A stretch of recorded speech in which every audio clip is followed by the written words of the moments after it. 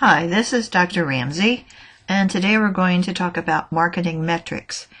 Now, I've talked to you quite a bit about how marketing has changed in the last few years, in that corporations are now expecting marketing individuals to be accountable for the things that they do, such as when companies put Super Bowl ads on and cost them millions of dollars, their company wants to know that that investment was worth what they paid for it. So now every activity that marketing does, there has to be some kind of a measurement device that says whether or not it worked. Hence, we have these things called marketing metrics and metric systems, which is the inclusion of all the metrics that a company uses. And these vary widely, as you will see very quickly. So let's start by defining what metrics are. And a metric is a measuring system that quantifies a trend, dynamic, or characteristic. And this all started back in the 90s when the quality era came into being, and individuals and companies had to really account for what they were doing, what they were attempting to do. Again, this is the American Marketing Association take on marketing's need to be accountable. Of course, the American Marketing Association is the professional organization over all marketers. And this was when they started talking quite a bit about metrics in 2005. And they said the responsibility for the systematic management of marketing resources and processes to achieve measurable gains in return on marketing investment and increase marketing efficiency while maintaining quality and increasing the value of the corporation is what we call marketing ethics, or marketing metrics, and our marketing accountability. Why metrics? Well, Philip Kotler is a very well-known management professor, management and business, and he said that marketing has the main responsibility for achieving profitable revenue growth. And when you think about it, marketing is where every cent of revenue comes into the organization. Marketing has control of products. They have really responsibility for the customer, for selling, for advertising. Every cent that comes in through the pricing system comes through marketing. So it's way beyond time that marketing was being accountable for what they do. Some of the relevant marketing metrics, some of the categories, and it's relatively straightforward what these are and why these are. First, we have to get the customers. Second, we have to keep and retain the profitable customers. And then third, we have to try to get those profitable customers to become even more profitable.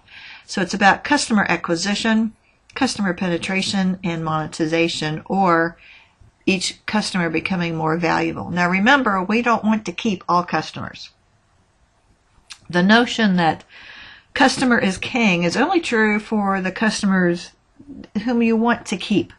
So those customers who are problem individuals, give them to your competition. That's pretty straightforward. Okay, there is a continuum, and this goes from relatively straightforward down here on the bottom of activity-based up through predictive. Now, I know many of you have had statistics classes. Some of you have had finance classes. So let's look at what these are. The simplest thing to do, and what many companies are doing, are activity-based metrics. And that's just simply counting certain activities, such as click-through rates, or how often a customer visits your website, or how often they purchase from your store. Okay? Now let's move up, become a little more sophisticated, a little more challenging, and that's operational. That's where we try to look at efficiency as opposed to simply counting behaviors. Such as, if you have an advertising campaign, what's the return on investment for that campaign? Outcome-based. Now this is a little more sophisticated, a little more difficult to do, and that's where you do actually look at outcomes, such as, did this event, did this activity, such as that Super Bowl ad, did it increase our market share? So some kind of a business outcome.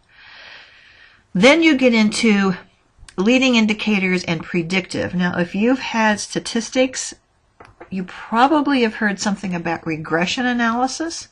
Regression analysis is where you use certain variables to try to predict some kind of behavior. So in marketing, it's things like, what do customers do? What do they intend to do? Perhaps you include things like demographics or previous purchasing behavior to try to predict what they're going to do. More difficult to do, more sophisticated, but certainly gives you more useful information. Okay, how do we get this put together? How do we even start this metrics piece? Well, first of all, you have to recognize that there is a problem. And indeed, we have to know that marketing is working, that whatever we decide to do did indeed improve our revenue, decrease our costs, whatever we're trying to do. Make sure that the metrics do indeed measure back to your company's business practices. You don't want to measure something that's irrelevant. One of the most difficult pieces is to get management to buy in, that they have to approve of this system, understand what it is, and then, of course, use the information. You have to have the correct cross-functional team, the right people. You may have accounting, you may have finance, you may have production, certainly have marketing. All these people need to be working together across those different functional areas to make sure that we're doing our marketing metrics correctly. And then, of course, you have to really track your metrics. Are the metrics working? And this is kind of a working back on itself. So measure the ROI of your ROI, and you have to have metrics for your metrics, and you audit your metrics and so on, which becomes a rather complicated system. Some of the customer metrics. First of all, you have observable metrics. That's something you can see, touch, look at, think about. Have we retained the customer? What is the customer's lifetime value? What did it take to acquire these customers? What do they buy? When do they buy? Where? How much? And so on. And what you're looking at really are their preferences, what they've done before, and again, that's a behavioral observable metric. The second type of customer metric is an observational or unobservational metric. That's where you can't look at it, see it, feel it, touch it. You're looking at people. You're looking at their perceptions. You're looking at what they intend to do. You look at their attitudes, which may or may not predict correctly. Anytime you look at someone's, for instance, perception of service quality, does that mean they'll return to your company? Not necessarily. Maybe, hopefully, but doesn't have to. Do they intend to purchase the item? If you ask them, if we produce this brand new product, will you buy it? Well, even if they say yes, doesn't mean that they will. So those are all things that are unobservable, not always as precise for obvious reasons. Okay, this is kind of the bottom line here. Metrics impact on financial performance. Start down at the bottom and work up what the firm does. That's the marketing action. What do customers think? There's your unobservable metrics. Here's some observable. What do they actually do? And then let's look at that financial performance. What's the impact? Did it work? Didn't it work? Should we try it again? Should we not try it again? So this is kind of a summary of what we just talked about. Now let's look at a specific category of metrics. That's web metrics. Fairly straightforward. Now think back to that continuum. Here's things like reach. How large of an audience are we likely to reach when we do our website? Engagement itself. Are they drawn in? How long do they stay? Where do they go on your website? Action itself. What kind of a favorable reaction can we get? And ROI. The whole process. Can you get a profit or not? Now think to something like Amazon.com. Okay, Amazon, of course, many of you go out there and you find information from other websites, and then you go to Amazon and actually purchase. Now, if you are one of those websites where you as a customer went and obtained information yet didn't buy, what do web metrics tell you there? Well, that's the problem with metrics. They looked at you, they may have stayed a long time, they may have come back many times, yet they purchased elsewhere. And you won't necessarily even know that. So these are some of the problems with web metrics. Now, some of the techniques we can have for some of these are panel-based, where you can actually observe or poll people about what they're doing. So that would be something where a company might call you and say, what websites were you on today, yesterday, last week? How long did you stay, and so on. Of course, AC Nielsen is a company that does a lot of observable panel-based research. Or server-based techniques. That's where you actually get on there and track what they're doing by some of those action-type variables. Now, a marketing dashboard is something Well, it's a system of your metrics, and there's a slide here in a couple moments that'll show you one, and it is just a mock-up of one. These are very involved systems, and it's a real-time, just-in-time system of all your different metrics. So a marketing dashboard provides you with the same up-to-the-minute information necessary to run your operation. Sales versus forecast, distribution channel effectiveness, brand equity, human capital, whatever it is that's in your marketing system, and other parts of the organization can go into these marketing dashboards. There are some excellent books on marketing dashboards. You can probably Google them or find something on YouTube, but you might want to become familiar with what these are because many companies are actually using marketing dashboards. Why? Well, measurable outcomes are now expected for marketing programs. 66% of executives say true return on investment analytics are marketing's greatest need, but most companies are still using intermediary metrics such as awareness instead of working towards strong links to financial value.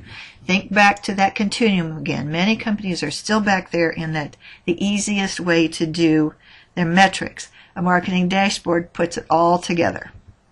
Here's a mock-up of one. Certainly this isn't a real one. But look at the complexity. Look at what you can do here. You can have information. And this is just an example. You can have almost anything on here. So you can have all your customers. You can have all kinds of products. You can have things about your brand. You can have things about your channel, your suppliers, efficiency, organizational, and so on and so forth. So this is a big, complex system. Needs to be thought through carefully as it's designed so that it works correctly. Again, there's a lot of information on dashboards. I just want you to be familiar with them. What are the components? Well, remember, this is being driven by the objectives of your business. Return on investment, resource allocation, customer asset evolution. What skills do the components need? What's the process? What are the tools? What insight do we want? What do we want to predict? Do we want to look at effectiveness and efficiency? These are all the types of things you have to look at as you design a dashboard. Some of the outcomes. Well, is marketing doing what it's supposed to do or not? Tells you what does and doesn't work. Should we change something? Should we look at a different direction? It puts all of your marketing together. It needs to be integrated, and a dashboard integrates it. But please remember, these are very expensive and very complex systems. It allows your marketing to work with the rest of the organization, and hopefully it gives you a lot of information where you can make better decisions. Now, we do have some problems with metrics, no question about it, because they are very complex. The key measures of success used, such as sales, profit margin, ROI, are only about the company. The only time we look at customers most of the time with metrics is customer satisfaction, and that's really all metrics we look at for the customer. Completely ignore that whole side called the customer. Some more problems. Marketing metrics, and this is because they're not designed right. They aren't used correctly. They're not using the right metrics with the right performance activities. Marketing metrics at most companies do not have a high correlation between activities and business outcomes, only because they're not being done correctly. The problem is, and let's get right to it, narcissistic metrics, such as sales, profits, margin, and return on investment, give you no means of distinguishing between any of those categories. Your sales are tied to your profits, which are tied to your margins, which are tied to your return on investment. You can't pull each one out completely independently and look at them separately. So that, again, is a problem with your metrics. Addicted. Too many marketers overwhelm themselves with data and then do nothing with it. You can say that again. 58% of companies surveyed had formal marketing accountability programs, but only 28% being satisfied with their ability to use ROI metrics to take action. Okay, I'm going to let you look at the rest of these slides yourself. There's just an example of walking you through one type of a metric, and that's particularly market share. So I don't particularly want you to know just this one, but it's just an example of a metric. So there's a little bit about market share. Some of the problems with market share for using that as your metric, and many companies not only use that as a metric, but also as one of their goals and objectives. So just kind of look through these, and that gives you an example of a particular metric. Okay? That's it. I'll talk to you later. Hope you're having a good day.